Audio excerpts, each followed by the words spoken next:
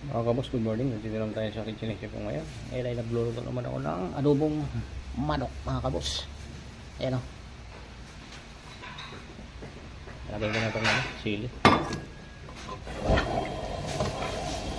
Ginisa ko na po yan sa bawang sibuyas, paminta, buo at saka dahon. Ayan.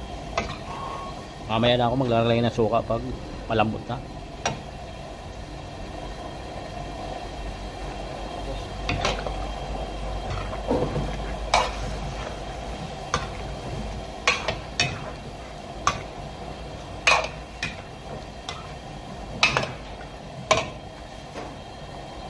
Lalagay lang ako ng pangkulay para magandang kulay ng lobo.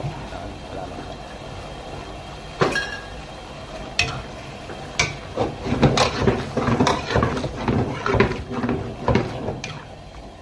Patutuyuin ko yan, mga kabos.